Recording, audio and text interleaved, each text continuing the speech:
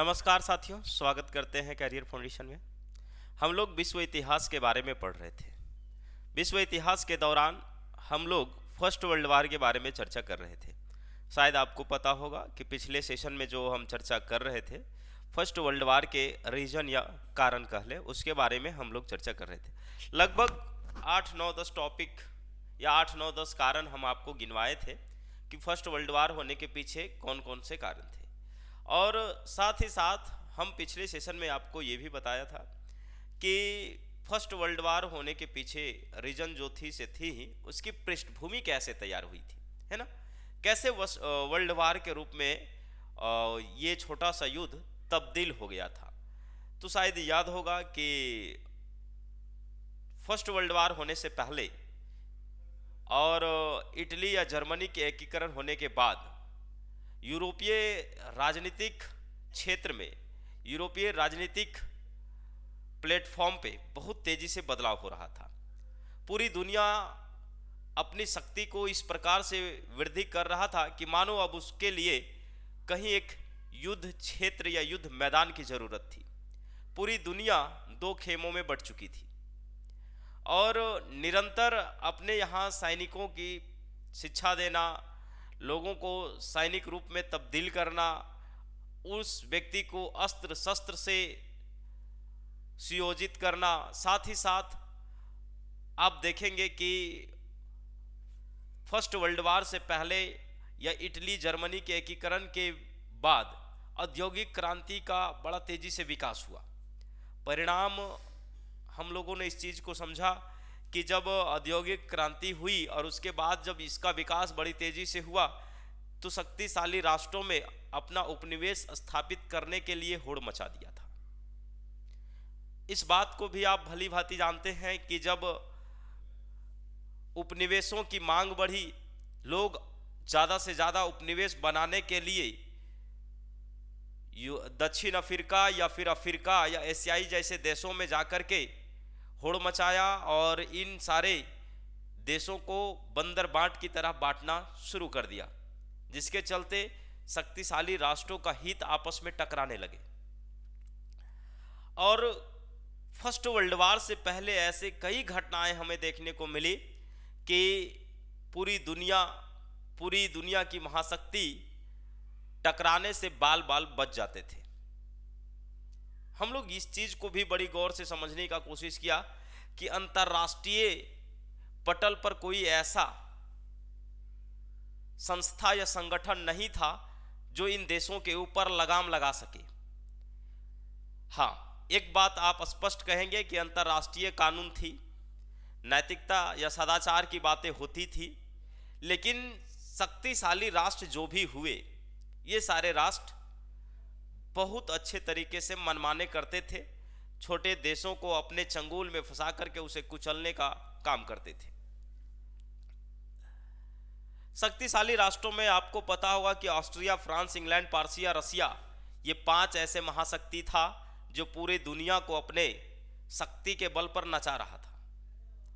लेकिन जब इटली का एकीकरण हो गया तो इटली दुनिया के 6ठे महाशक्ति के रूप में उभर करके सामने आया। जर्मनी का जब एकीकरण हो गया तो पार्सिया या पर्सा के जगह जर्मनी ले लिया और फाइनली इनकी महत्वाकांक्षा धीरे धीरे युद्ध का रूप धारण कर लिया।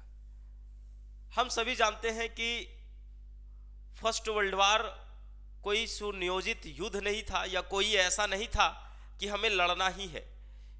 कहा जाता है कि फर्स्ट वर्ल्ड वार से तो ज़्यादा, या फर्स्ट वर्ल्ड वार जो बाल्कन प्रदेश में सेरोजोवा हत्याकांड घटना घटी, उससे भी कभी कभी खतरनाक स्थिति उत्पन्न हो गई यूरोप में, लेकिन फिर भी वहां पर स्थिति संभल गई थी। ये मिसकंसेप्शन था। लोग जब अपनी शक्ति को वृद्धि कर लिए थे तो उसे आजमाने के लिए एक जगह या एक मौका खोज रहे थे। इन सारी बातों को बहुत विस्तार से हमने पिछले सेशन में आपको समझाने का काम किया था। बात है आज के सेशन में हम लोग क्या बात करेंगे, तो आज के सेशन में फर्स्ट वर्ल्ड वार का तत्कालिक कारण के बारे में चर्चा करेंगे। सेरोजेवा हत्याकांड क्या है, किसकी हत्या होती है, हत्या क्यों किया जाता है, हत्या करने वाले लोग कौन हैं, क्या वो लोग पकड़े गए या नहीं पकड़े गए, उस देश की सरकार उन व्यक्तियों के प्रति कैसी प्रतिक्रिया दी, जिस देश के व्यक्ति का हत्या हुआ उस देश के सरकार कैसी प्रतिक्रिया दी, जब युद्ध की घोषणा हुआ तो अमेरिका फर्स्ट वर्ल्ड वॉर में कब शामिल हुआ, इंग्लैंड कब शामिल हुआ, बुल्गारिया कब शामिल हुआ, तमाम देशों की तिथियां भी आज के सेशन में हम लोग समझने की कोशिश करेंगे। और मज़ेदार वाली बात यह है आपके समक्ष कि इन तिथियों में से एक सवाल आपको जरूर पूछेगा। अब तक जो भी पूछा गया है अमेरिका को लेकर के पूछा गया है कि अमेरिका फर्स्ट वर्ल्ड वॉर में कब शामिल हुआ, फर्स्ट वर्ल्ड वॉर में किसके विरुद्ध युद्ध की घोषणा किया, है ना। तो मैं उन तिथि या डेटों को भी बताऊंगा, फिर फाइनली कुछ इसके आंकड़ा भी अगर नजर आ जाए तो उस आंकड़ा को भी समझाने का प्रयास करूंगा। सबसे पहले सेरोजेवा हत्याकांड ही समझ लेते हैं। और आप सभी जानते होंगे कि पिछले सेशन में मैंने सेरोजेवा हत्याकांड के बारे में थोड़ा बहुत चर्चा किया था, है ना। सेरोजेवा हत्याकांड है क्या, तो सेरोजेवा एक जगह है, ध्यान रखिएगा। सेरोजेवा क्या है, एक जगह है ना। देखिए यहां पर, और यहां पर बोस्निया हर्जेगोविना नाम का प्रांत है। क्या है, बोस्निया हर्जेगोविना नाम का प्रांत है। इस प्रांत में सर्ब जातियों की बहुलता थी। किसकी बहुलता थी, सर्ब जाति का, है ना। अब हुआ क्या कि ये बोस्निया हर्जेगोविना को ऑस्ट्रिया जो है 1908 में अपने अधीन में ले लिया। क्या किया, अपने अधीन में ले लिया। अधीन में लिया तो दिक्कत तो कुछ नहीं था, दिक्कत नहीं होना चाहिए ना, ऑस्ट्रिया का अंग बन गया।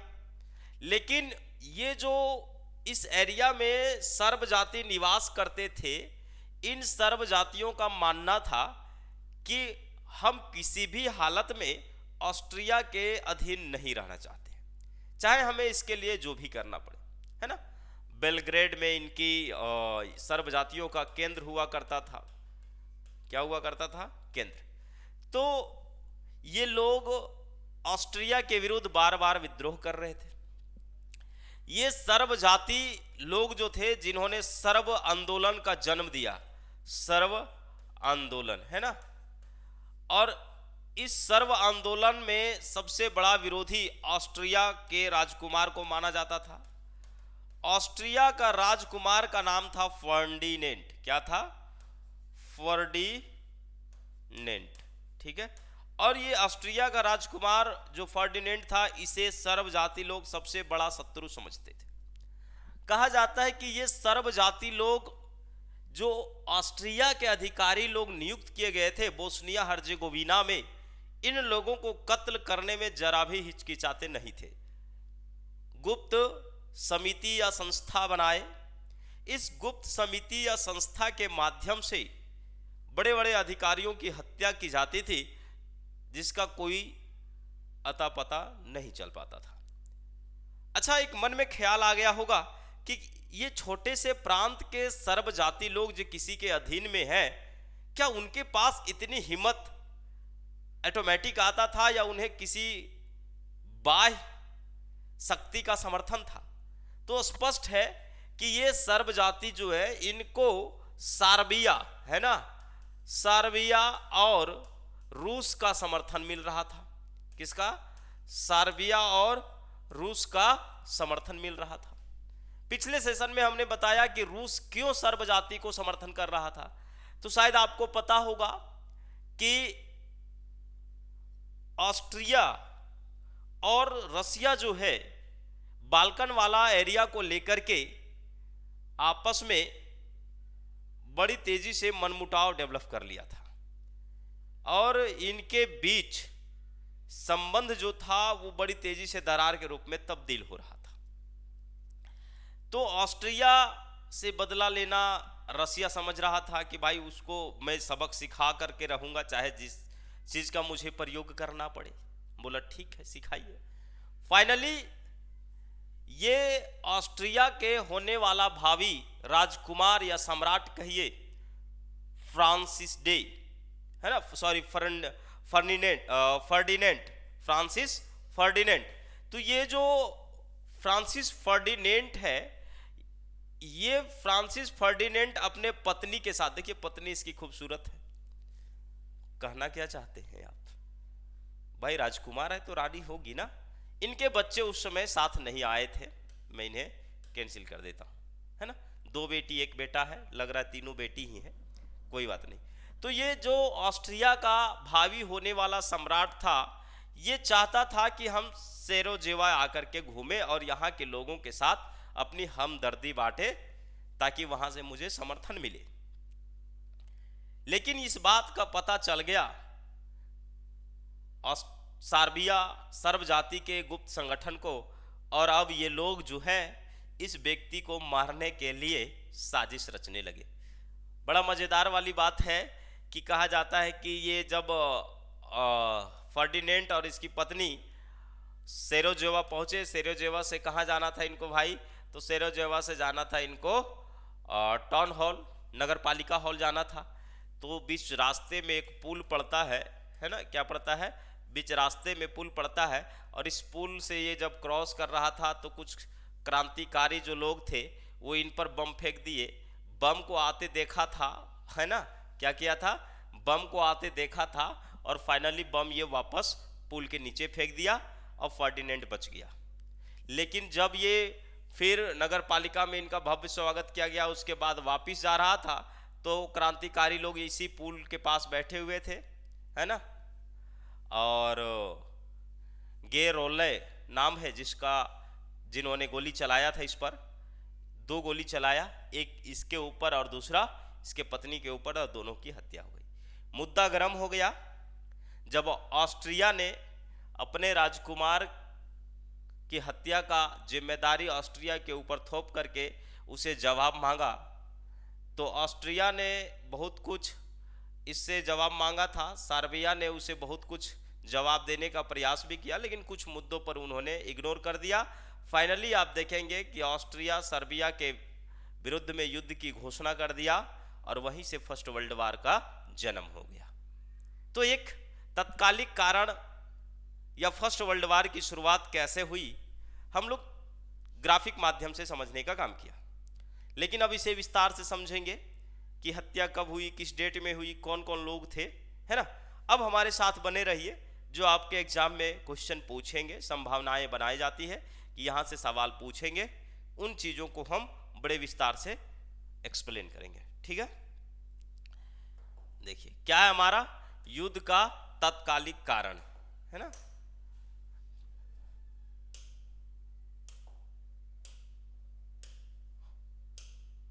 चलिए, युद्ध का तत्कालिक कारण, इससे पहले जो भी कारण था हमने आपको समझाया था विस्तार से।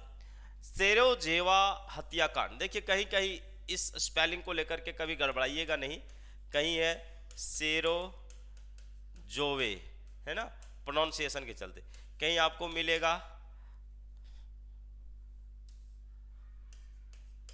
सेरोजोवा, ठीक है, कहीं मिलेगा सेरोजोवो।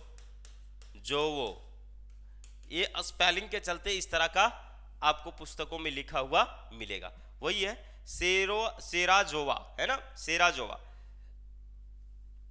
बोस्निया की राजधानी थी। किसकी राजधानी थी, बोस्निया, हर्जेगोविना और बोस्निया प्रांत था, तो इस बोस्निया प्रांत की राजधानी थी सेरोजोवा, ठीक, यहां तक कोई दिक्कत नहीं। 28 जून 1914 को ऑस्ट्रिया का युवराज फ्रांसिस फर्डिनेंट यहाँ अपने पत्नी के साथ आने वाला था। क्या करने वाला था, 28 जून 1914 को, डेट याद रखिएगा कि फ्रांसिस फर्डिनेंट की हत्या कब हुई है, तो जिस दिन आया है उसी दिन इसकी हत्या हुई है, ठीक है। तो फ्रांसिस फर्डिनेंट की हत्या 28 जून 1914, और ठीक इसके एक महीना बाद 28 जुलाई, है ना, 28 जुलाई 1914 फर्स्ट वर्ल्ड वार की शुरुआत, और बंद कब होता है? 11 नवंबर 1918। ठीक है, तो ये भी डेट याद रखिए। फर्स्ट वर्ल्ड वार की शुरुआत 28 जुलाई 1914 और समाप्त कब होता है? 11 नवंबर 1918 को, जर्मनी जब अंतिम रूप से आत्मसमर्पण कर देता है उसके बाद। क्लियर? फर्डिनेंड कौन था? सवाल तो ये है मन में कि आखिर फर्डिनेंड कौन था। हर एक चीजों का जवाब आपको एक एक करके इस नोट्स में भी मिल जाएगा। फ्रांसिस फर्डिनेंड ऑस्ट्रिया की गद्दी का उत्तराधिकारी था, जो जोसेफ के बाद, है ना, अभी इस समय तत्कालिक राजकुमार वहां का जोसेफ था, सम्राट जोसेफ था, और ये लगभग वृद्धावस्था में था, 84-85 साल का हो चुका था, है ना, 84-85 साल का हो चुका था, तो ये उसका उत्तराधिकारी बनने वाला था। क्लियर? हम लोगों ने क्या देखा? सेरोजेवा क्या है? तो बोस्निया की राजधानी है। फर्डिनेंड कौन है? तो ऑस्ट्रिया के भावी सम्राट है, जोसेफ का उत्तराधिकारी है, और इसकी हत्या कब होती है? तो 28 जून 1914 को। फिर हत्या क्यों हुआ? एक सवाल मन में आता है कि ये राजा है, सम्राट है, तो हत्या क्यों हुआ? सर्ब लोगों की दृष्टि में फर्डिनेंड सर्ब आंदोलन का सबसे बड़ा शत्रु था। सर्ब लोगों का मानना था कि जो इस आंदोलन के दबाने या कुचलने का काम कर रहा है वो कहीं ना कहीं कौन है? तो फर्डिनेंड था, इसलिए इन्होंने हत्या कर दी। मुद्दा क्या है भाई? हत्या करने के लिए मुद्दा क्या है? तो देखिए, अब मुद्दा को समझने की कोशिश कीजिएगा, आपको पुस्तकों में ये सब बातें नहीं मिलेगी, है ना। मुद्दा क्या है? तो नेपोलियन के पतन के बाद बाल्कन प्रायद्वीप में राजनीतिक बेचैनी शुरू हो गई। किसके पतन के बाद? नेपोलियन बोनापार्ट का पतन 1915 में। तो नेपोलियन के पतन के बाद, नेपोलियन के पास जब शक्ति थी तब तक वो यूरोप को कंट्रोल करके रखा था, लेकिन उसके पतन के बाद आप देखेंगे कौन सा एरिया? बाल्कन वाला एरिया में बेचैनी शुरू हो गई, मतलब वहां पर लूट घसोट चल करना शुरू हो गया। 20वीं सदी के आते आते इतना भीषण रूप धारण कर लिया कि बाल्कन प्रायद्वीप यूरोप का ज्वालामुखी कहा जाने लगा। अब जब 20वीं शताब्दी आ रही है तो भाई 20वीं शताब्दी के आते आते ये बाल्कन प्रायद्वीप ऐसा रूप धारण कर लिया कि मानो एक तरह से ये ज्वालामुखी है। कब फटेगा और किसको इस लपेट में लेगा किसी को पता नहीं। फर्स्ट वर्ल्ड वार के दौरान ये फट भी गया, है ना, 1914 को फट भी गया। तो बाल्कन प्रायद्वीप जो है बाल्कन प्रायद्वीप एक ज्वालामुखी के रूप में तब्दील हो गया। कहने का मतलब यहां पर यह है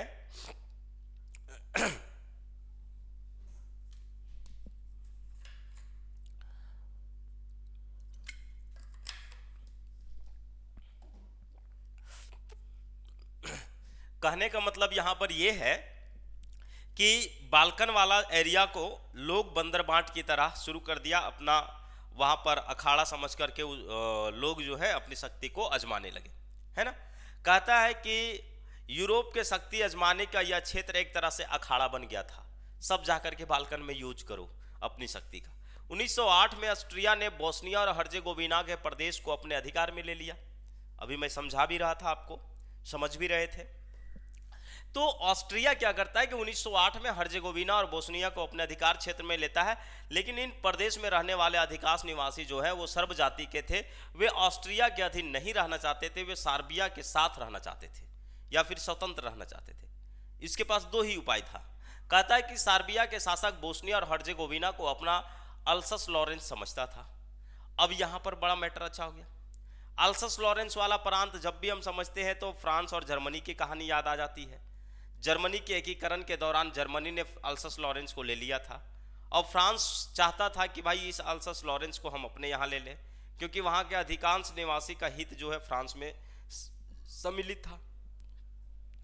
ठीक है, षड्यंत्रकारी संगठन, यहाँ से एक सवाल बनाने की ज़्यादा संभावना कि भाई कौन सा संगठन था जिसके माध्यम से फर्डिनेंड की हत्या की गई थी। तो कहता है कि रूस और सर्बिया, है ना, का प्रोत्साहन पाकर के सर्ब देशभक्तों ने उग्र उपायों का अवलंबन करना शुरू कर दिया। उसके पीछे बहुत बड़े बड़े शक्ति का हाथ था, सर्बिया का और रसिया का। तो वहां के जो क्रांतिकारी लोग थे उनका मनोबल भी बढ़ गया था। बोस्निया और हर्जेगोविना में गुप्त क्रांतिकारी संगठन का निर्माण बड़ी तेजी से होने लगा। इनमें से एक समिति था या एक संगठन था जिसे काला हाथ कहा जाता था। इससे एक सवाल काला हाथ क्या है? गुप्त संगठन या समिति है, किसका? सर्ब लोगों का। किसका है? सर्ब लोगों का, है ना। तो ये बोस्निया हर्जेगोविना में एक क्रांतिकारी संगठन थी, काला हाथ। यह संस्था जो है मौत समिति से मिलकर के, है ना, यह संस्था मौत समिति से मिलकर के एक सर्बियन राष्ट्र अथवा मौत समिति का नाम दे दिया। अब भाई काला संस्था जो है ये एक और समिति में जाकर के मिल गया, छोटे मोटे समिति को अपने यहाँ शामिल किया, और अब उस समिति का नाम ही हो गया मौत समिति। क्या हो गया? मौत समिति। ठीक। इस समिति का उद्देश्य क्या है? संपूर्ण बोस्निया और हर्जेगोविना में ऑस्ट्रिया के शासन को असंभव बना देना। कहने का मतलब ये है कि ये क्रांतिकारी लोग जो इसमें शामिल थे, जैसे अभिनव भारत गुप्त समिति था, है ना, तो आप देखेंगे कि भाई भारत में भी अंग्रेजों के विरुद्ध कई गुप्त समिति स्थापित किया गया, और इस गुप्त समिति के माध्यम से अंग्रेजों के शासन को विफल बनाने का प्रयास किया जाता था, है ना। उसका विरोध करे, ब्रिटिश सरकार के जो अधिकारी लोग हैं उसको मार डाले, खौफ पैदा कर दे, वहाँ पर शासन व्यवस्था को ठीक से लागू होने ना दे। ये गुप्त समितियों का कुछ उद्देश्य रहता है। तो ये काम आप देखेंगे वहाँ भी था कि किसी भी प्रकार से हम ये नहीं चाहते हैं कि यहाँ पर शासन पद्धति लागू हो। सर्बिया की सरकार ने अनेक कर्मचारी, है ना, सर्बिया के जो सरकार थी उसके अनेक कर्मचारी, बहुत सारे कर्मचारी उस संस्था में भी शामिल थे, इंक्लूड थे। यहाँ तक कि भाई जो सर्बिया की सरकार थी उस संस्था को धन दौलत अस्त्र शस्त्र भी भेजता था। क्या करता था? बहुत सारे सर्बिया के लोग भी उसमें शामिल थे, और सर्बिया के लोग के साथ साथ सर्बिया सरकार उसे धन दौलत अस्त्र शस्त्र से भी सुनियोजित करता था, सुसज्जित करता था, ताकि लोगों को फुल समर्थन मिलता रहे। बेलग्रेड, ये भाई एक यहाँ से सवाल बनाने की ज़्यादा चांसेस है। बेलग्रेड, है ना, बेलग्रेड इन लोगों का प्रमुख केंद्र हुआ करता था। आप जानते हैं कि जैसे क्या बंगाल क्रांतिकारियों का बहुत बड़ा केंद्र माना जाता था, उसी तरह से हर्जेगोविना बोस्निया में बेलग्रेड क्रांतिकारियों का बहुत बड़ा केंद्र माना जाता था। अब आइए, युवराज की हत्या कैसे हुई? युवराज की हत्या क्या क्या हम लोग समझे, एक बार मैं आपके दिमाग में फिर से बातों को ले आता हूं। सेरोजेवा क्या है? सेरोजेवा कांड में किसकी हत्या हुई? सेरोजेवा कांड घटना कब घटी? सर्ब जाति राजा फर्डिनेंड की हत्या क्यों किए? सर्ब जातियों का कौन सा गुप्त समिति था? उस गुप्त समिति का नाम क्या था? उस गुप्त समिति का समर्थन जो मिल रहा था वो किसके द्वारा मिल रहा था? इन सारे चीजों को हम लोगों ने विस्तार से देखा। अब समझने की कोशिश कीजिए कि युवराज की हत्या कैसे हुई, है ना। तो कहता है काला हाथ समिति या मौत समिति, इसको कह लीजिए। काला हाथ समिति या मौत समिति जो है ये बोस्निया के गवर्नर पोटियोरके की हत्या, बोस्निया के गवर्नर पोटियोरके की हत्या की योजना बना रही थी। देखिए यहां पर एक समझने वाली बात है ना। बोस्निया का एक गवर्नर है जिसका नाम है पोटियोरके। क्या नाम है? पोटियोरके। तो ये लोग जो है काला हाथ समिति या मौत समिति, ये लोग जो क्या कर रहे थे कि पोटियोरके को मारने की एक साजिश रच रहे थे, एक षड्यंत्र कर रहे थे। लेकिन इन क्रांतिकारियों के इसी बीच एक समाचार आ जाता है कि ऑस्ट्रिया के राजकुमार, है ना, ऑस्ट्रिया के राजकुमार बोस्निया के राजधानी सेरोजेवा आने वाला है। अब ये लोग जो पोटियोरके की हत्या करने का साजिश रच रहे थे उसे त्याग दिए, और धनाधन ये लोग उस चीज में जुड़ गए कि भाई पेड़ के तना को क्या काटने का जरूरत है, पूरे पेड़ को ही जड़ से काट देंगे, है ना। तना काटने की बात छोड़ दिए, उसकी शाखाएं काटने की बात छोड़ दिए, पूरा पेड़ को जड़ से ही खत्म करने की साजिश रचने लगे। उन लोगों ने युवराज की हत्या का बहुत जबरदस्त तरीके से षड्यंत्र रचा। अब ये लोग किए क्या? युवराज को आने का मुख्य उद्देश्य था बोस्निया स्थित 5वीं 16वीं सेना का वार्षिक निरीक्षण करना, है ना। युवराज क्यों आ रहा था यहाँ पर? तो यहाँ पर आने का मतलब था 15वीं 16वीं की सेना जो है उसके वार्षिक निरीक्षण करना था। षड्यंत्र के सारे कार्य पूर्ण हो चुके थे तब तक। षड्यंत्रकारी समय से पहले लुक छिप करके, है ना, मतलब किसी तरह से लुका छिपा करके बेलग्रेड से भाग करके सेरोजेवा पहुंच गए। सेरोजेवा में ये निरीक्षण करना चाहता था कि ऑस्ट्रिया की सेना का क्या हाल है ना। और 28 जून 1914 को 10 बजे युवराज सेरोजेवा पहुंचा और सेरोजेवा को भव्यता से सजाया गया। सेरोजेवा के नगर पालिका को सजाया गया, नगर पालिका हॉल को सजाया गया, है ना। और इसके साथ पत्नी भी आई थी।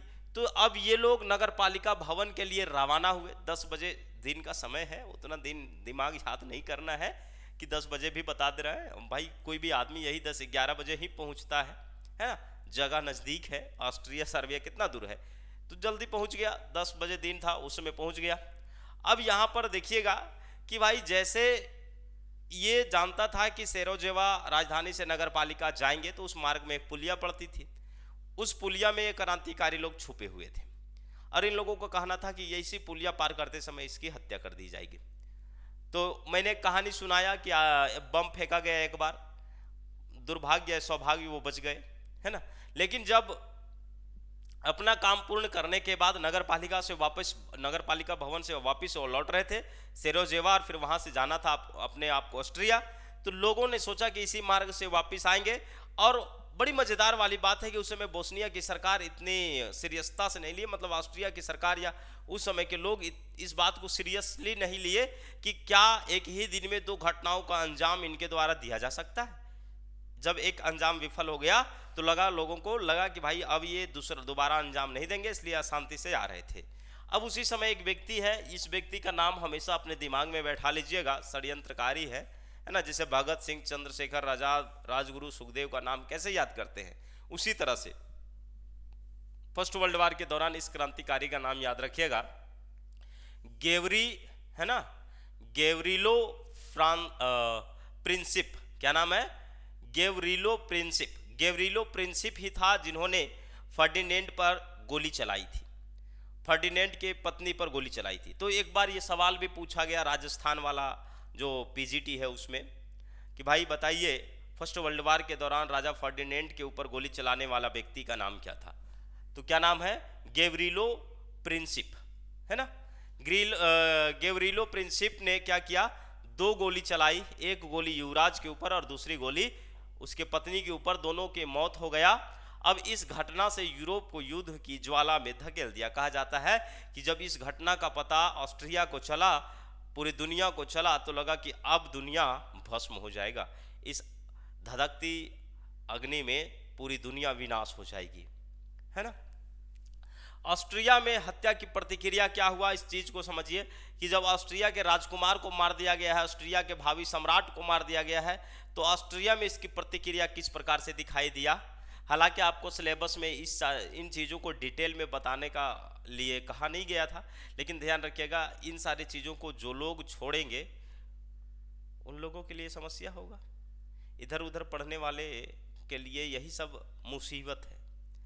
पढ़ाने वाला तो फर्स्ट वर्ल्ड वार आपको पढ़ा देगा, सेरोजेवा हत्याकांड बता करके निकल जाएगा, लेकिन जितना डिटेल में मैं आपको सेरोजेवा हत्याकांड बता रहा हूँ, समझा रहा हूँ, आप किसी से पूछिएगा कि क्या आपने इस तरह से पढ़ा था या नहीं पढ़ा था, ठीक है। युवराज की हत्या का समाचार जब ऑस्ट्रिया पहुंचा, ऑस्ट्रिया की सरकार क्रोधित हो गया, वहां के नवयुवक क्रोधित हो गए, उनके अंदर आक्रोश की भावना जगने लगी। सर्बिया को दोषी मानते हुए ऑस्ट्रिया के विदेश मंत्री, अब उस समय ऑस्ट्रिया के जो विदेश मंत्री हैं बर्चट टोल नाम है, क्या नाम है? बर्चटोल ने सर्बिया के विरुद्ध कठोर कार्रवाई करने का निश्चित किया। बोला कि भाई कोई उपाय नहीं है, ये बोस्निया हर्जेगोविना ऐसा घटना का अंजाम दे ही नहीं सकता। एक छोटा सा देश के पास इतना बड़ा कहां से पावर आ जाएगा जो भाई भावी सम्राट, शक्तिशाली राष्ट्र के सम्राट को मार डालेगा, हत्या कर देगा। इसके पीछे कोई ना कोई बड़ी शक्ति जरूर रही होगी, और बड़ी शक्ति में लोग जो है ऑस्ट्रिया ने सर्बिया को दोषी ठहराया। डॉक्टर विजनर को युवराज की हत्या की जांच का कार्य सौंपा गया था। उन्होंने रिपोर्ट में सर्बिया सरकार का शामिल होना नितांत असंभव बताया, मतलब अवश्य संभव बताया। कहने का मतलब ये है कि जब ये इस जांच के लिए लोगों को सौंपा गया, जिसमें नाम है क्या, विजनर। तो विजनर ने बताया कि भाई जो युवराज की हत्या हुई है, इस हत्या के पीछे सर्बिया का बहुत बड़ा हाथ है। किसका हाथ है? सर्बिया का बहुत बड़ा हाथ है। ऑस्ट्रिया के प्रधान सेनापति कोनराड भी इस हत्या के लिए सर्बिया को ही दोषी माना। मतलब जितने भी लोग आए, सारे लोगों ने सर्बिया को ही दोषी ठहराया। सारे लोगों ने कहा कि युवराज की हत्या के पीछे अगर मूल कारण आप देखें तो ये मूल कारण किसका है? सर्बिया का। सर्बिया ही दोषी है। ऑस्ट्रिया द्वारा सर्बिया को अल्टीमेटम दिया। अब भाई समय आ गया है। अल्टीमेटम का मतलब होता है कि जवाब मांग रहा है, घोषणा पत्र, उसे पत्र लिखा है, अल्टीमेटम दिया है ना। तो इसमें क्या लिखा, इस चीज को समझिए। कहता है कि ऑस्ट्रिया जर्मनी सम्राट के यहाँ पत्र लिख करके अपनी नीति को स्पष्ट किया तथा सहयोग के लिए अनुरोध किया।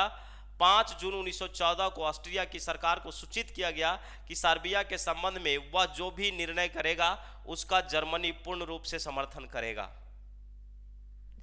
ऑस्ट्रिया द्वारा सर्बिया को अल्टीमेटम दिया जा रहा है। ऑस्ट्रिया जर्मनी सम्राट के यहाँ सबसे पहले एक पत्र लिखता है और पत्र लिख करके जर्मनी से ऑस्ट्रिया सहयोग मांगता है। फर्स्ट वर्ल्ड वार में जर्मनी ऑस्ट्रिया एक तरफ से लड़ रहा है ना, सर्बिया तो मित्र राष्ट्र से लड़ रहा है। तो सबसे पहले इन्होंने निश्चित किया कि भाई हम जर्मनी को अपने यहाँ से बढ़िया से निश्चिंत कर ले।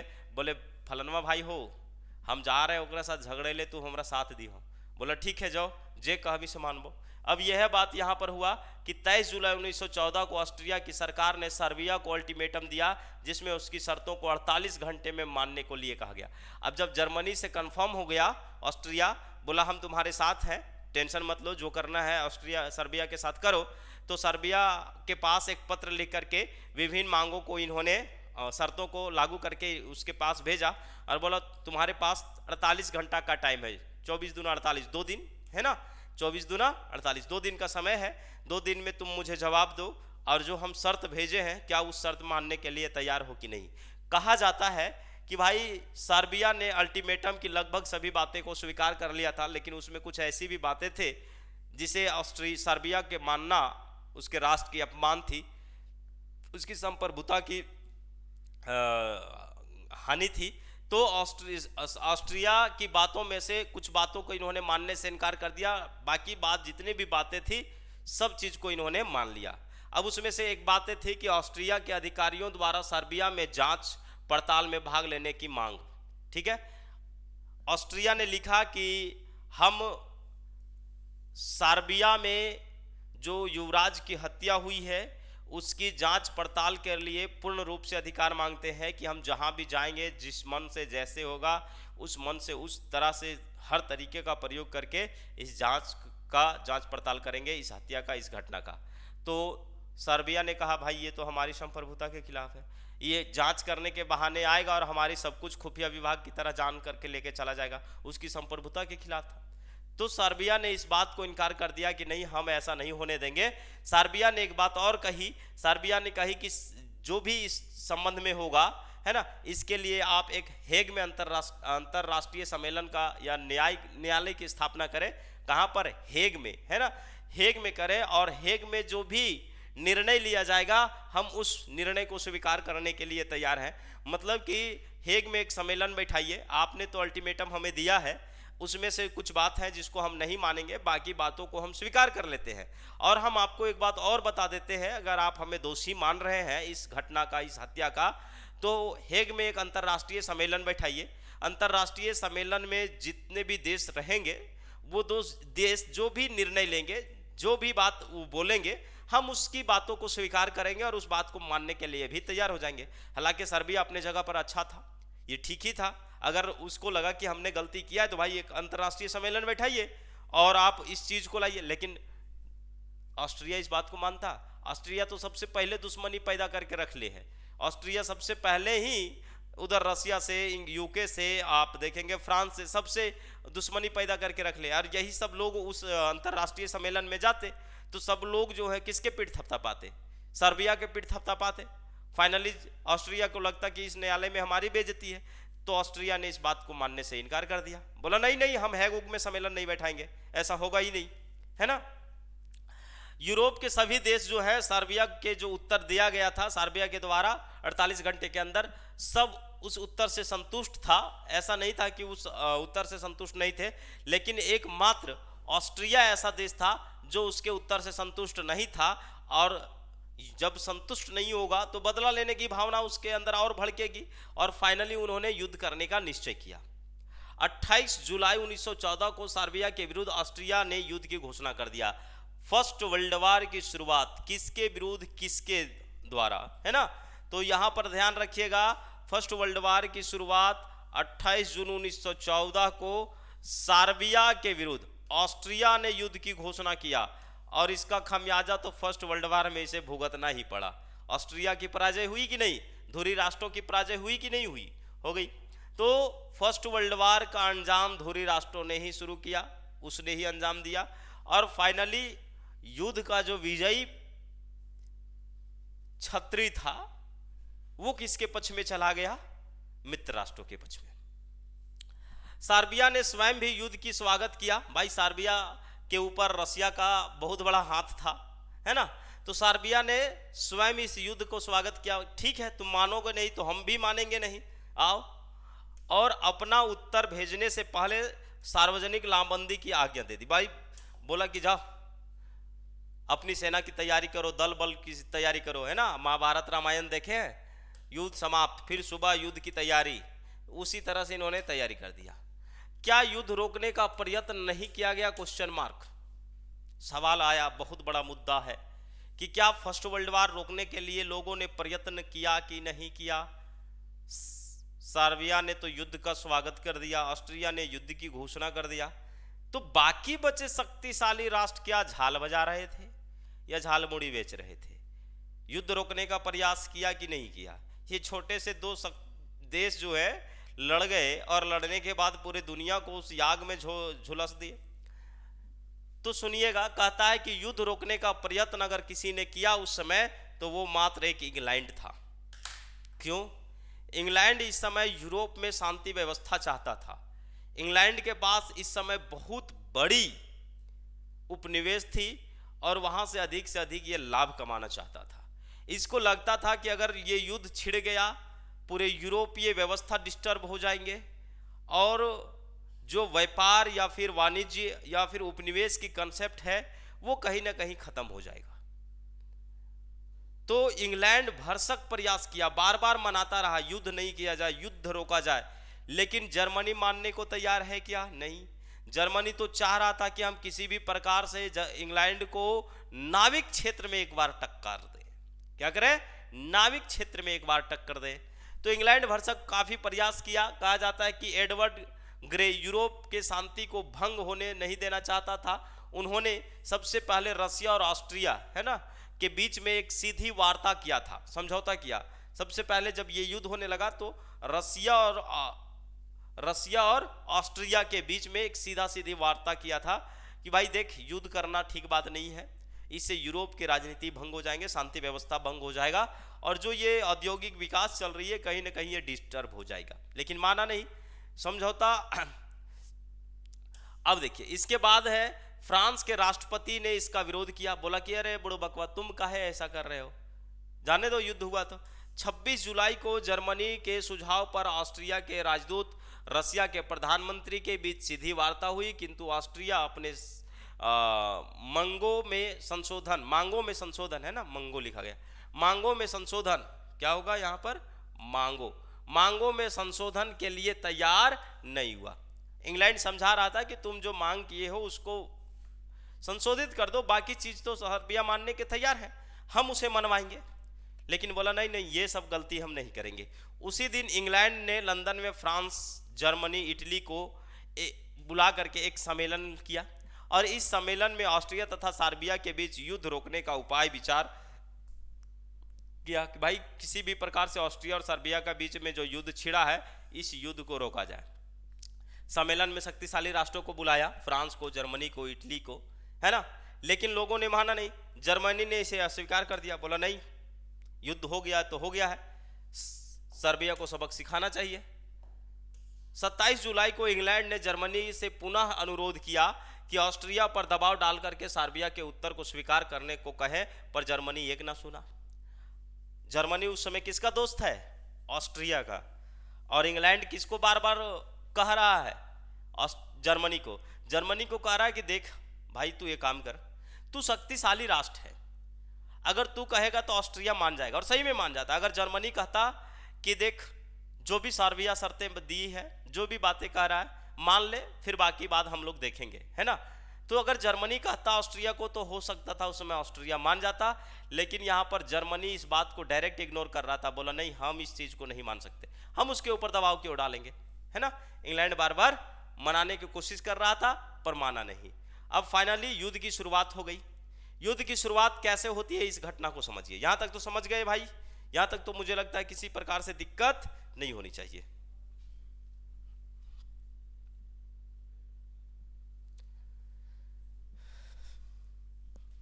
चलिए, युद्ध की शुरुआत 28 जुलाई 1914, चला कितना दिन तक? 4 वर्ष 3 माह 11 दिन।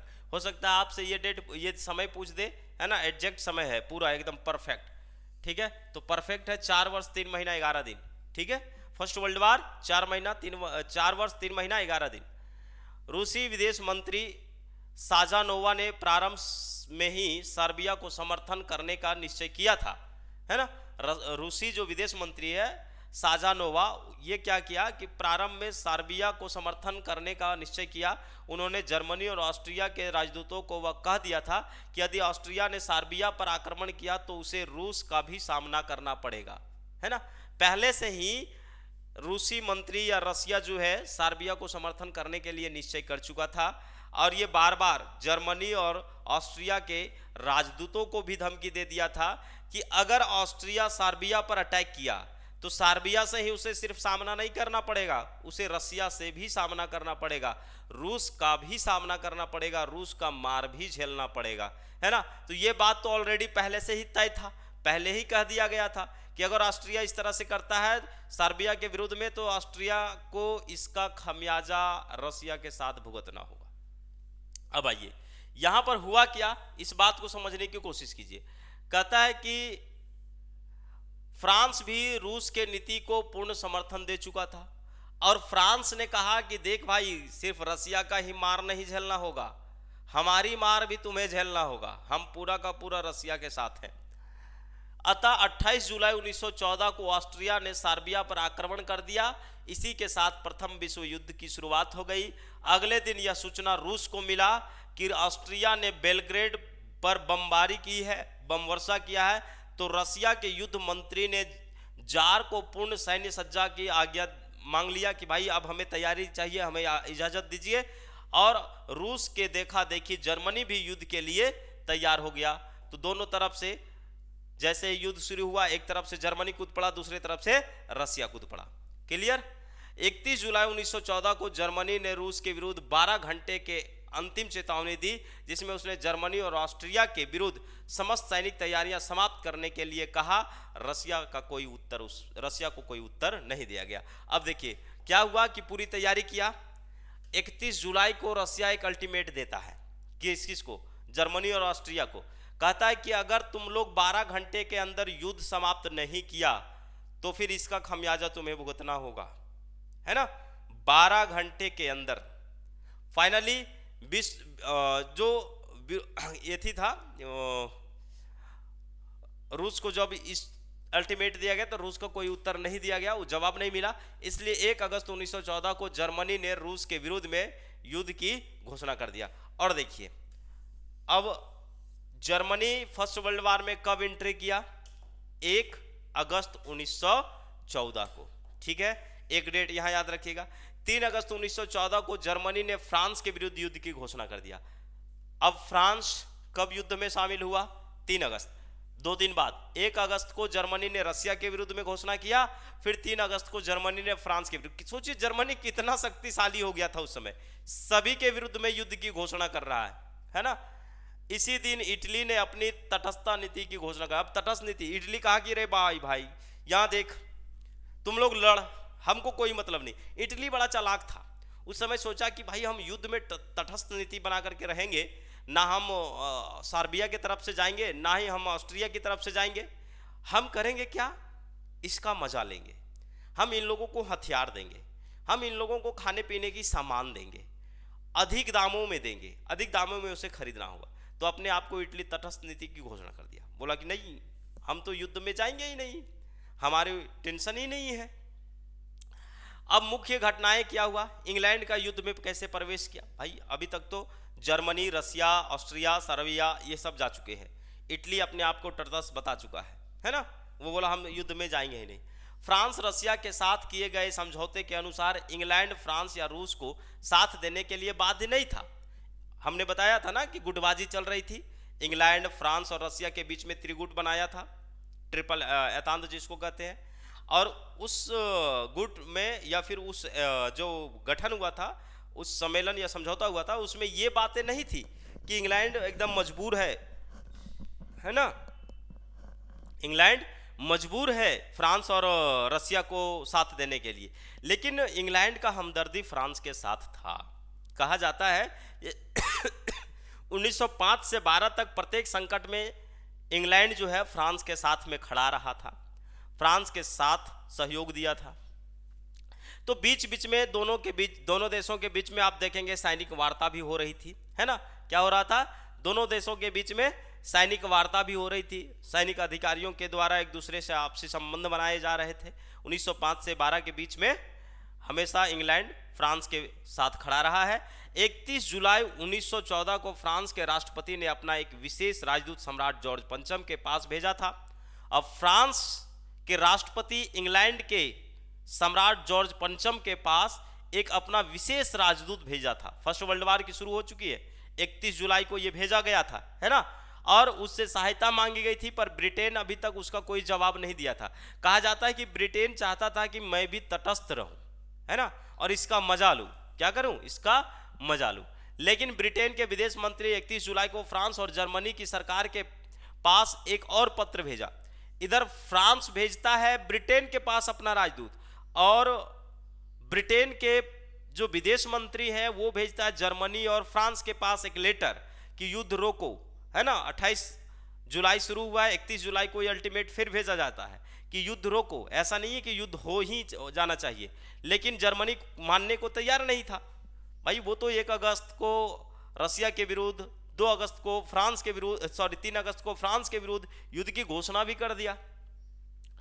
अब यहां पर इन दोनों से पूछा गया था कि बेल्जियम के तटस्थता को बनाए रखने का वचन दो, तुम लोग दोनों, कि बेल्जियम के साथ किसी भी प्रकार से छेड़छाड़ नहीं करेंगे, बेल्जियम किसी के साथ शामिल नहीं होगा, है ना। फ्रांस ने तुरंत आश्वासन दे दिया, लेकिन जर्मनी चुपचाप रह गया। जर्मनी कुछ बोल भी नहीं किया बेल्जियम के बारे में। भाई उसको बोला कि बेल्जियम के साथ कोई छेड़छाड़ नहीं, बेल्जियम किसी के साथ जाएगा नहीं। 1 अगस्त 1914 को जर्मनी और फ्रांस के बीच युद्ध अवश्य आरंभ हो गया, मतलब वो शुरू हो गया। 2 अगस्त को जर्मनी ने लक्जमबर्ग की तटस्थ भूमि पर अधिकार कर लिया। बेल्जियम से 12 घंटे के अंदर भाई रास्ता मांग डाला। क्या किया, बेल्जियम को अपने अधिकार में लिया, और उसके बाद 12 घंटे के अंदर क्या कहा वहां पर कि हम फ्रांस की तरफ जाना चाहते हैं, इसलिए मुझे मार्ग दो, मुझे रास्ता दो। बेल्जियम ने इसे अस्वीकार कर दिया और इंग्लैंड से सहायता मांग लिया। अब बेल्जियम ने फोन लगाया किसके पास, इंग्लैंड के पास, बोला देख हमारे लक्जमबर्ग पर अधिकार कर लिया है और ये फ्रांस जाने का रास्ता मांग रहा है, हमें 12 घंटा का अल्टीमेट दिया गया है कि 12 घंटा के अंदर तुम इसका जवाब दो। तो उस जवाब देने से पहले मैं आपसे पूछ रहा हूँ कि भाई हम रास्ता को ना देंगे तो आप मुझे सहायता करेंगे कि नहीं। बोला हाँ बिल्कुल करेंगे, आ जाओ।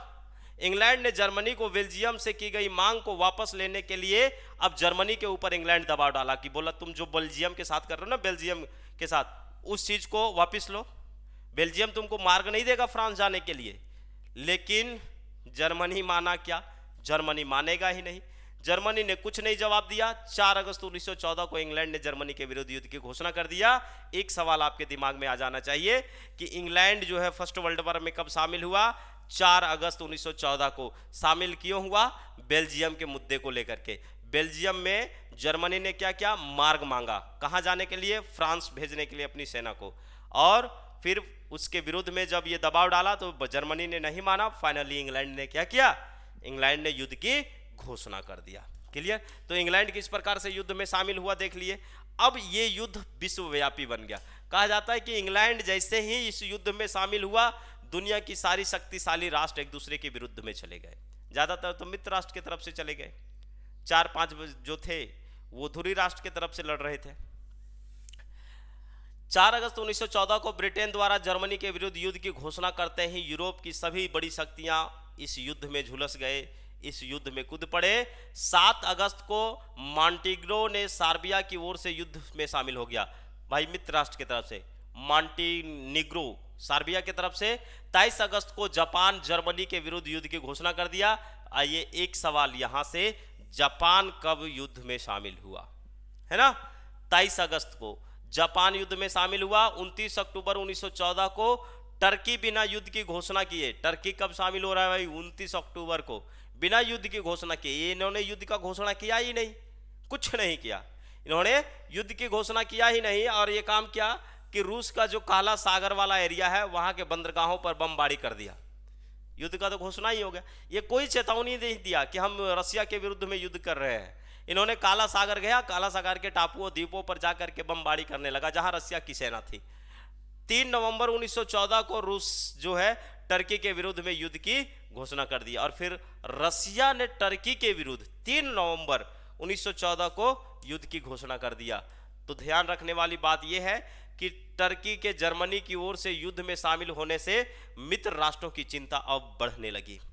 जैसे ही टर्की धुरी राष्ट्र की तरफ से आया, ऑस्ट्रिया में शामिल हो गया, जर्मनी के साथ शामिल हो गया, तो मित्र राष्ट्रों के अंदर खौफ पैदा हो गया, उनके अंदर भय उत्पन्न हो गया। इसके पीछे रीजन क्या था? क्या दुनिया की सबसे शक्तिशाली राष्ट्र टर्की था उस समय, जिसके चलते लोग थर थर कांप रहे थे? नहीं, स्टेटस के मार्ग से रूस के साथ संपर्क साधने में बड़ी कठिनाई हो जाती है ना। रसिया और मित्र राष्ट्रों के साथ लोगों का अब संपर्क साधने में बड़ी दिक्कत हो रही थी। यहां से ना वो उसको सामान दे पाते, ना वहां से कोई खाने का अनाज वापस ले पाते, क्योंकि बीच में लूटपाट टर्की कर लेता। पहला कारण था। दूसरा कारण था कि टर्की के जो सुल्तान था, जब युद्ध की घोषणा कर दिया तो लोगों को एक भय और सताने लगा कि जो अफ्रीका एशिया में उपनिवेश है इंग्लैंड का या फ्रांस का, उस उपनिवेश में कहीं मुस्लिम लोग एकजुट होकर के जर्मनी का सहयोग ना कर दे, हमारे उपनिवेशों में विद्रोह ना कर दे। अगर विद्रोह कर दिया तो हम युद्ध संभालें कि अपना उपनिवेश संभालेंगे, समस्या बढ़ जाएगी। इसीलिए टर्की जब युद्ध में शामिल हुआ उधर से, तो लोगों का खतरा या भय बढ़ गया था। फिर भी क्या दिक्कत? कोई दिक्कत नहीं। अरे माथे में इतने सारे बाल हैं, एक बाल पक जाए तो सारे सर मुड़वा तो नहीं लेंगे, बाल हटवा तो नहीं देंगे। मित्र राष्ट्रों के गुटों में इटली का शामिल होना। अब मित्र राष्ट्र में इटली शामिल होगा, विवश हो गया है। अभी तक ये तटस्थ बना हुआ है, शामिल तो नहीं हुआ है। इन्होंने घोषणा किया 3 अगस्त को कि हम तटस्थ रहेंगे भाई, हमें कोई जरूरत नहीं है युद्ध में जाने का। 3 अगस्त को इटली अपने आप को तटस्थ की घोषणा कर दिया था। अब दोनों खेम मतलब धुरी राष्ट्र और मित्र राष्ट्र, ये दोनों चाह रहे थे कि भाई हमारे पक्ष में आ जाए इटली, वो चाह रहा था हमारे पक्ष में आ जाए। अब इसको लेकर के लोग आपस में तानातानी कर रहे थे। 26 अप्रैल 1915 को लंदन में मित्र राष्ट्रों की एक गुप्त संधि हुई, जिसके द्वारा इटली मित्र राष्ट्रों में शामिल हो गया। और कितना चालाक है मित्र राष्ट्र, लंदन में बुलाया, बोला तुम आओ और तुम्हारे पास जो मैटर है, हम अगर जीत गए सारी प्रांत तुमको दे देंगे। हालांकि इस समय वचन दे दिया, वादा किया। इटली इस बहकावे फुसलावे में आ गया। बाद में इटली को मिला भी नहीं था। कई बार मैं जिक्र भी कर रहा हूं जब पढ़ा रहा था, है ना। 23 मई 1915 को इटली ऑस्ट्रिया के विरुद्ध युद्ध की घोषणा कर दिया। इटली कब शामिल हुआ? 23 मई 1915 को, लेट शामिल हुआ, है ना। 14 अक्टूबर 1915 को बुल्गारिया धुरी राष्ट्रों की ओर से सर्बिया के विरुद्ध युद्ध की घोषणा कर दिया। तो बुल्गारिया किधर से लड़ रहा है? धुरी राष्ट्र की तरफ से। फरवरी 1916 में मित्र राष्ट्रों की ओर से पुर्तगाल युद्ध की घोषणा कर दिया। 27 अगस्त 1916 को रोमानिया ने ऑस्ट्रिया के विरुद्ध युद्ध की घोषणा कर दिया। अब आइए अमेरिका क्या करता है। सारे देश लगभग युद्ध की घोषणा कर चुके थे एक दूसरे के विरुद्ध में। डेट वगैरह तो मैं बता भी दिया, डेट याद रखिएगा। अमेरिका क्या कर रहा था? अमेरिका अभी तक नहीं आया था इस युद्ध में, है ना। और अमेरिका किसके पक्ष में जाता? 4 अगस्त 1914 को अमेरिका के राष्ट्रपति विल्सन तटस्थ नीति की घोषणा किया। अमेरिका के अधिकांश नागरिकों की सहानुभूति मित्र राष्ट्रों की तरफ था। अच्छा, ऐसा क्यों? अमेरिका का सहानुभूति उधर था। कहता कि युद्ध होते ही मित्र राष्ट्रों ने अमेरिका से अधिक अनाज और युद्ध की सामग्री खरीद रहे थे, जिससे अमेरिका को बहुत ज़्यादा लाभ हो रहा था, खूब बिक्री हो रहा था, खूब। अभी तटस्थ है ना भाई, तो ये क्या कर रहा था कि मित्र राष्ट्रों को हथियार बेच रहा था, मित्र राष्ट्रों को खाने वाले सामान बेच रहे थे। ठीक है। अमेरिकी कंपनियां मित्र राष्ट्रों का ऋण उपलब्ध कराने लगे, क्योंकि उन्हें विश्वास था कि जब मित्र राष्ट्र जीत जाएंगे तो हमें बढ़िया ब्याज के साथ वापस देगा, है ना। तो वहां के व्यापारी से लेकर के कंपनी तक सारे लोग मित्र राष्ट्रों की तरफ सहानुभूति रख रहे थे, और सारे लोग अप्रत्यक्ष रूप से मित्र राष्ट्रों को समर्थन दे रहे थे, खाने से लेकर के अस्त्र शस्त्र तक। 1917 में दो महत्वपूर्ण घटनाएं घट गई। रसिया में बोल्शेविक क्रांति हो गई, है ना। और रसिया में बोल्शेविक क्रांति होने से जर्मनी से जो संधि किया था, युद्ध से अपने आप को अलग कर लिया। इस मित्र राष्ट्रों की स्थिति कमजोर हो गई थी भाई। एक संधि हुआ था जर्मनी और रसिया में, लेकिन वो खत्म हो गया। अमेरिका का लुसिटानिया नामक यात्री जहाज जो है जर्मनी लोग डुबा दिए थे, जिससे अमेरिका में और जर्मन के विरुद्ध जनमत उबाल आ गया था। मतलब कहने का ये है कि एक ऐसी जहाज जो व्यापार के माध्यम से जा रही थी अमेरिका का, क्योंकि अमेरिका तटस्थ था, तो जर्मनी लोगों ने क्या किया कि उसके जहाज को डुबा दिया, जिससे जर्मन लोग घायल हो गए, जर्मन लोग की मृत्यु हो गई। तो उसमें अमेरिका के प्रति उबाल, मतलब जर्मन के विरुद्ध में उबाल आ गया। अब अमेरिका वासी सोचे कि जर्मन को सबक सिखाना होगा, है ना। जर्मनी 1916 में फ्रांस के यात्री जहाज ससेक्स को भी डुबा दिया था, जिससे कई अमेरिकी लोग घायल पुनः हो गए थे। 31 जनवरी 1917 को जर्मनी की सरकार ने अमेरिका को सूचित किया था कि 1 जनवरी 1917 से वर्जित क्षेत्र में अगर कोई भी जहाज प्रवेश करता है तो हम उसे डुबा देंगे, है ना। वर्जित क्षेत्र जो घोषणा किया गया था कि अगर हमारे एरिया में कोई भी जहाज आता है, चाहे व्यापारी हो या युद्धपोत हो या जलपोत हो, जो भी हो, हम उसे डुबा देंगे और सभी जहाजों के विरुद्ध जर्मनी पनडुब्बियों पर आक्रमण करेगा। मार्च 1917 में जर्मनी ने 5 अमेरिकी व्यापारी जहाज को और डुबा दिया। 6 अप्रैल 1917 को यूएसए ने जर्मनी के विरुद्ध युद्ध की घोषणा कर दी। नंबर पॉइंट यहां पर नोट कर लीजिए। तो 6 अप्रैल 1917 को क्या हुआ? अमेरिका फर्स्ट वर्ल्ड वॉर में शामिल हो गया। ठीक है, अमेरिका कब शामिल हो गया? 6 अप्रैल 1917 को। इटली मई में शामिल हुआ 1915 को। अब युद्ध का अंत कैसे होगा, इस चीज को समझिए। कहता है कि केंद्रीय शक्ति, है ना, सेंट्रल पावर में सर्वप्रथम बुल्गारिया ने 29 सितंबर 1918 को हथियार त्याग दिए। अब ये सवाल यहां से भाई, ये सब सवाल बनाए जा सकते हैं, संभावनाएं ज़्यादा है कि फर्स्ट वर्ल्ड वॉर में सबसे पहला कौन सा राष्ट्र है जो इन्होंने हथियार डाला था, आत्मसमर्पण किया था, और कब किया था? तो सबसे पहला बुल्गारिया सबसे लास्ट में आया और सबसे पहले इन्होंने हथियार डाल दिया बुल्गारिया ने। कब डाला? 29 सितंबर 1918 को। क्लियर? उसके 3 महीने बाद टर्की ने आत्मसमर्पण कर दिया। कितना महीना बाद? मात्र 3 महीना बाद। 3 नवंबर 1918 को ऑस्ट्रिया युद्ध के मैदान छोड़ करके भाग गया। 3 नवंबर 1918 को ऑस्ट्रिया भी युद्ध का मैदान छोड़ दिया। जिन्होंने आग बुना वही भाग गया। क्लियरली? अब एक जर्मनी अकेला बच गया, तो जर्मनी क्या करता? अकेला चना भाड़ नहीं फोड़ सकता। जर्मनी क्या किया कि युद्ध विराम की गुहार लगाने लगा। भाई युद्ध विराम किया जाए, युद्ध को शांत किया जाए। नहीं मान रहा था ना उस समय, रसिया से, फ्रांस से, जिसके मन उसके विरुद्ध में युद्ध की घोषणा कर दे रहा था। अब जर्मनी को बुझाया कि युद्ध की समाप्ति किया जाए। 11 नवंबर 1918 को हथियार डाल दिया और यही से माना जाता है कि फर्स्ट वर्ल्ड वॉर समाप्त हो गया। तो आप लोगों को क्लियरली पता चला कि 11 नवंबर 1918 को फर्स्ट वर्ल्ड वॉर समाप्त हो गया। रोचक जानकारी है, जिसको जानिए या ना जानिए कोई फर्क नहीं पड़ता है, फिर भी मैं आपके लिए बता देता हूं। कहता है कि फर्स्ट वर्ल्ड वॉर 4 वर्ष 3 महीना 11 दिन चला, जो मैं फर्स्ट में बताया। 30 राज्यों के लगभग 6 करोड़ 50 लाख सैनिकों ने भाग लिया।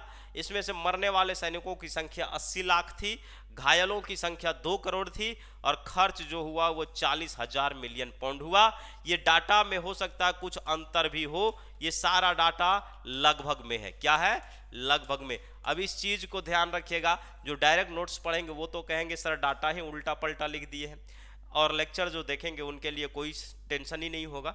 लेकिन हाँ, 99% ये डाटा सही है, 1% में अंतर हो सकता है, इधर उधर हो सकता है। बाकी ये डाटा आपके जानकारी के लिए थी। क्लियर? तो उम्मीद करता हूँ आपको फर्स्ट वर्ल्ड वार समझ में आ गया होगा, जो भी बात मैंने आपको समझाने की कोशिश किया है ना, ध्यान से सुने होंगे तो फर्स्ट वर्ल्ड वार क्लियरली खत्म हो गया। अब इसका परिणाम बचा हुआ है, और हम आपको बताए थे कि एक पेरिस शांति सम्मेलन इसी में पढ़ा देंगे। हालांकि आपके सिलेबस में पेरिस शांति सम्मेलन नहीं है, तो हम कोशिश करेंगे कि पेरिस शांति सम्मेलन और वो जो 5 संधियां हुई थी, है ना, पेरिस शांति सम्मेलन में जो 5 संधियों का प्रारूप तैयार किया गया था, उस चीज को इन शॉर्ट, संक्षिप्त में पूरा अच्छे तरीका से मैं कोशिश करूंगा समझा दूं। अगर सवाल आपको वहां से पूछे तो बनाने में आसानी हो। क्लियर? मिलेंगे हम लोग अगले सेशन में, तब तक के लिए बाय।